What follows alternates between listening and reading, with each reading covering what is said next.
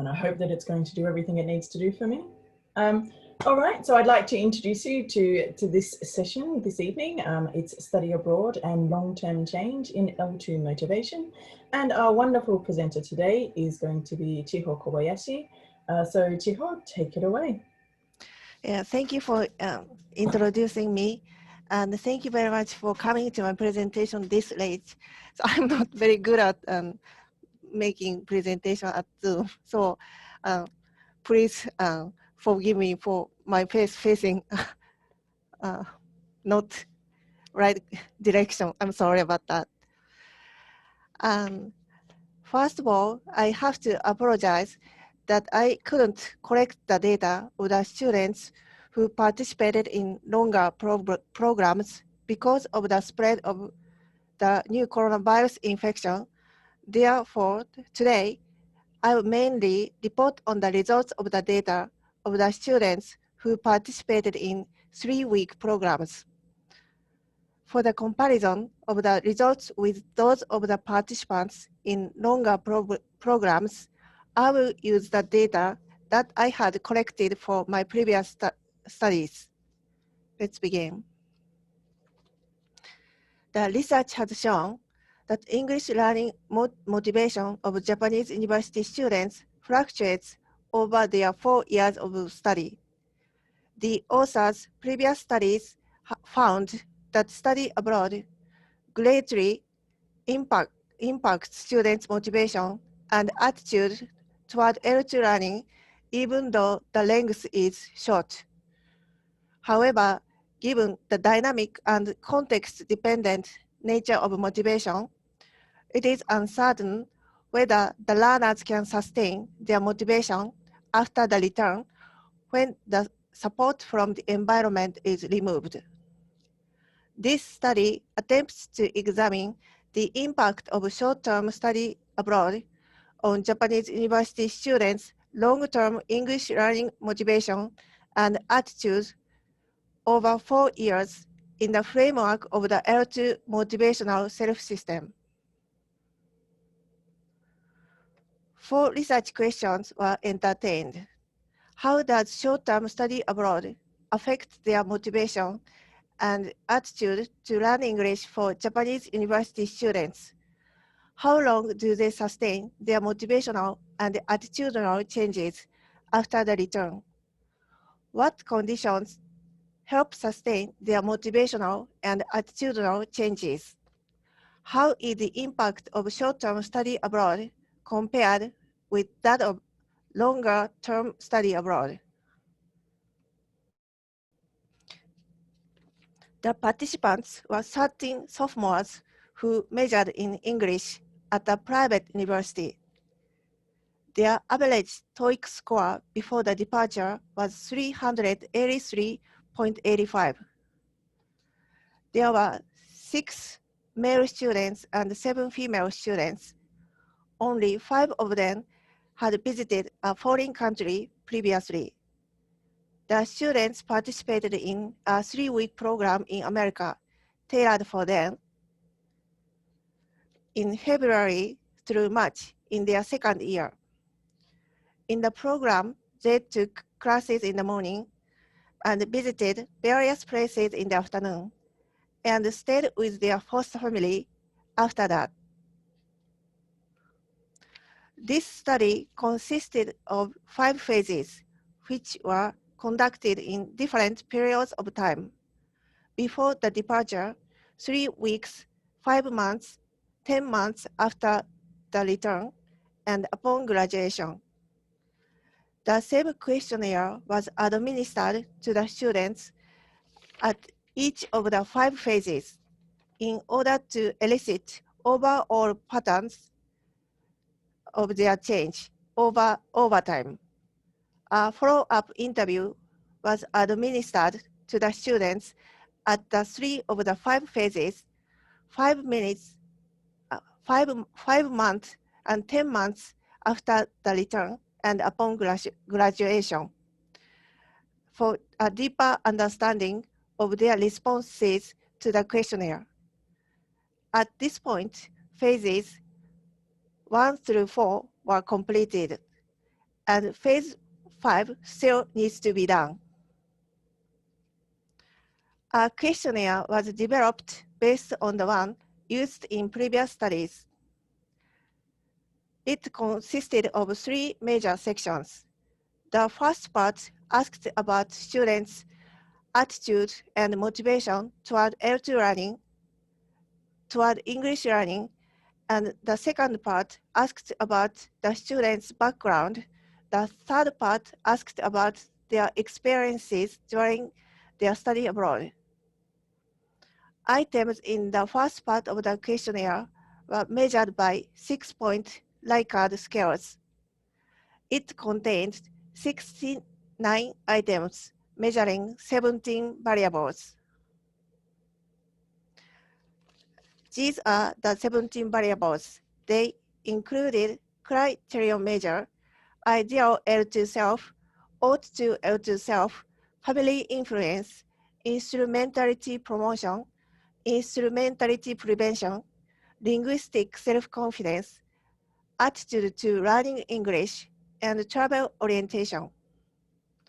They also included the fear of assimilation, ethnocentrism, interest in the English language, English anxiety, integrativeness, cultural interest, attitude to L2 community, and attitude to study abroad. For the description of each variable and their numbers of items, please refer to the tables. Mean scores were calculated for each of the 17 variables, separately for each phase. For each variable, Freedman tests, which are non-parametric repeated measures tests, were further performed to examine if there were any significant differences in students' motivation and attitude between phases. An interview guide was developed based on the questionnaire, asking the questions related to the 17 variables. In phases 3 to 5, after completing the questionnaire, the students participated in a 40 to 50-minute semi-structured interview using the interview guide. The interview was recorded and transcribed verbatim by the researcher. The researcher read the transcripts line by line and identified recurring patterns. Let me show you the results. This figure shows the percentages of English use during the study abroad. Overall, the English use of the participants were limited. Only one student reported using English 76 to 100% of the time. This figure shows the perceived improvement of English ability. Overall, most of the participants perceived their English ability improved only a little. This table shows the mean scores of the participants for the first 9 of the 17 variables at the 4 phases. Items with high means are highlighted in yellow. At the first phase, the variables such as instrumentality promotion, instrumentality prevention, linguistic self-confidence, and travel orientation had high means. This indicates the English majors wish to travel and work using English, and they were confident about their ability to learn English. At the second phase, the means for all the variables increased, especially the means for such variables which did not have high means at the first phase, such as criterion measure, ideal L2 self, ought to L2 self, and attitude to learning English increased by more than 0.4 points. This shows after the study abroad, their images of using English became more concrete, and they had more positive attitude to learning English and came to put more effort into studying English. However, the mean scores for these variables gradually declined in the third and fourth phases, indicating they had difficulty maintaining these positive changes. This table shows the mean scores of the participants for the remaining 8 variables at the 4 phases. In the first phase, variables such as interest in the English language and English anxiety had high means. This indicates that although the students were interested in English language, they felt anxious about using it. In the first phase, the variables such as integrativeness, cultural interest, attitude to L2 community, and attitude to study abroad had also high means. This indicates that students has positive attitude to L2 community and culture and wish to study abroad. At the second phase, the means of these variables, except for the cultural interest, further increased by more than 0.44 points. This shows the positive attitude to L2 community and the English language, as well as their hope to study abroad, enhanced through the study abroad. However, the mean scores of these variables gradually declined in the third and fourth phases. And in the fourth phase, only the means for interest in the English language and attitude to L2 community were more than 0.4 points higher than those of the first phase. This indicates they were able to maintain their positive attitude to L2 community and the English language, but it was difficult to maintain other aspects over time. This table shows the results of the Freedman test, comparing the 4 phases for the first 9 of the 17 variables.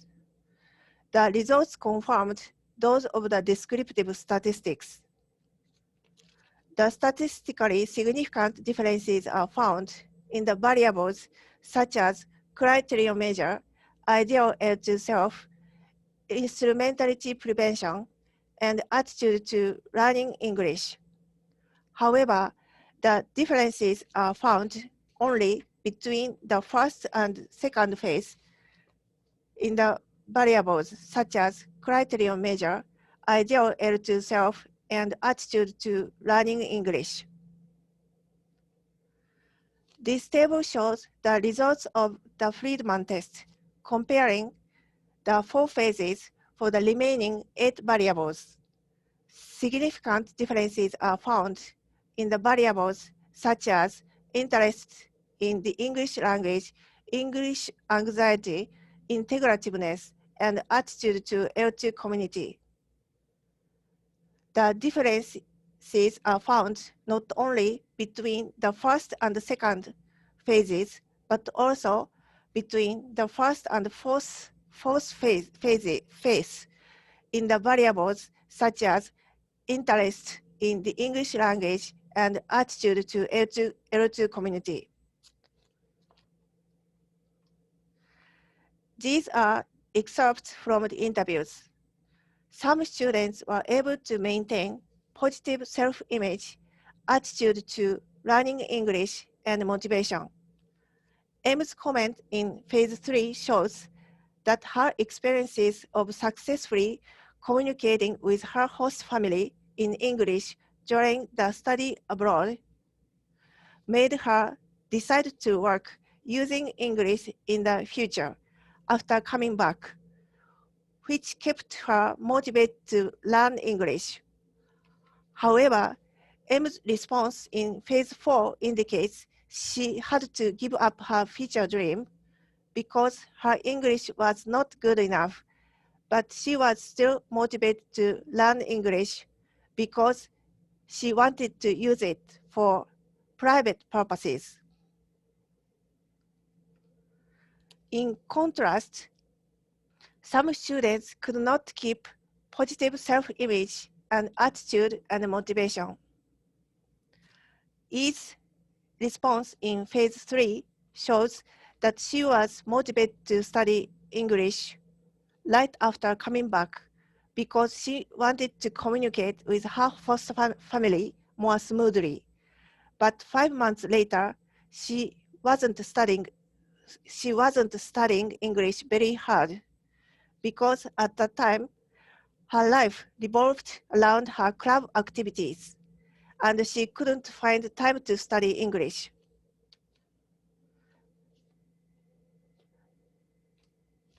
However, E's comment in phase 4 indicates then she was studying English to pass grade 2 of Aiken, which is a requirement to go to teaching practice the following year.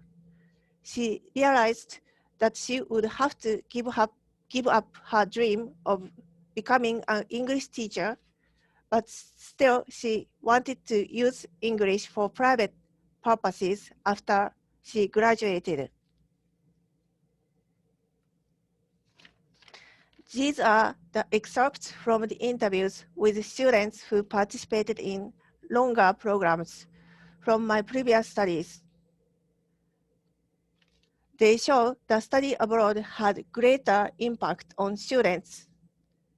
A's response shows after coming back, she decided to get a master's degree in America and train Japanese teachers overseas in the future. B's comment shows the overseas experiences made him more assertive and changed the ways of relating to English as well as his future dream. These excerpts indicate that English became the part of their identities through the study abroad. In summary, before the study abroad, the students already had a positive attitude to the LT community and culture and the English language and aspired to travel and work using English. Right after coming back, their positive attitude in these aspects enhanced. Even though their English use during the study abroad was limited, and they perceived their English ability improved only a little. Moreover, they had more positive attitude to learning English and became able to visualize themselves as using English for communication. As a result, they came to put more effort into studying English. As time went by, the many students were still able to maintain interest in English and positive attitude to L2 community. However, it was more difficult to maintain positive self-image attitude toward English learning and motivation. Some students were able to maintain those, while others couldn't. Various conditions affected the maintenance of those, including experiences in America, opportunities to use English in Japan, classroom experiences in Japan, engagements in other things, knowledge of how to study English or how to find opportunities to use English, future dreams, and previous states of motivation and attitude. The students who participated in longer programs were more greatly influenced by their overseas experiences. Study abroad affected their future goals as well as who they were. The students who participated in the 3-week programs were also influenced by their study abroad. After coming back, many of them wanted to work using English, but eventually they had to give up the idea because of their low English ability. However, many of them wanted to continue to use English for private purposes after they graduated. In conclusion, short-term overseas experiences have impact on students' affective aspects. However, long-term changes in some aspects, such as self-image, attitude to L2 learning, and motivation, differ depending on the various conditions. However, many of them want to continue to study English to use it in their private lives. In this sense, it can be said that study abroad has long-term effects on them as well. Finally, there are some limitations to the study. The number of the sample was limited. Actual improvement in proficiency was not measured. The students' experiences during and after the study abroad were examined through only retrospective self-reports. These limitations need to be addressed in the future research.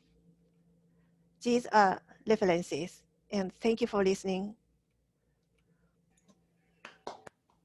Thank you. Well done, Chiho. You got through it. No problem. See, you're a natural. Thank you. You're welcome.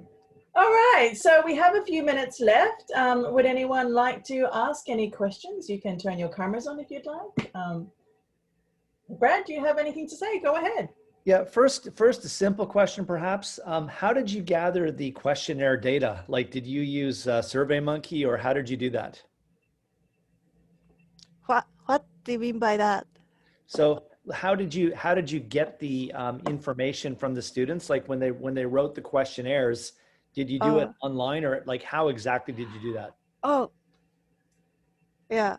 The last time I collected the data from the students was like in January last year. So it was at the time the corona was not an issue.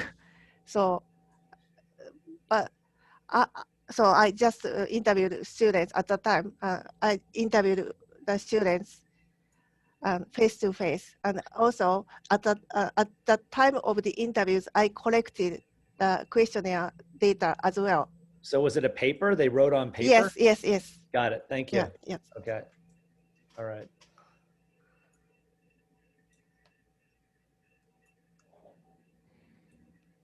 Anyone else have anything to say? I know who Phil is, so Phil's just hiding in the background somewhere. So.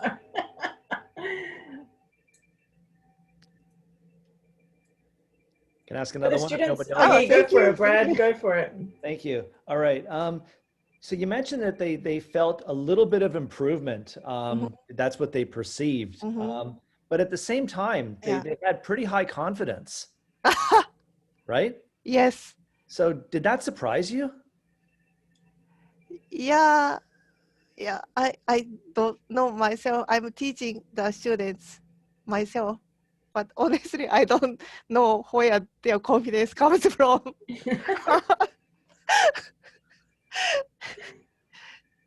Yeah, but I guess, yeah, their English majors, even though their English proficiency is not very high, like objectively, but I guess some way they like English, and I think at least they themselves think they are good at English. That's why they chose English as their majors, I think. Yeah. Thanks. Thank you. Yeah. For me, I think it was very good that they had a very good attitude towards L2 community. I think even, you know, having the language ability is great, but changing attitudes can sometimes be, very difficult. So I'm glad that their attitudes changed in a positive direction. Yeah, and also my students are not very, I guess, not very good at English objectively, but they are so friendly, and they got well. Most of them got well, very well with their host families. So many of them still keep in touch with their host family. So I think that experience. They still contact their host family in English and sometimes. So I think it gives them confidence. So Yeah, I think even if you went back in 5 or 10 years and could find any of these students, you might be surprised how many of them go back like I did.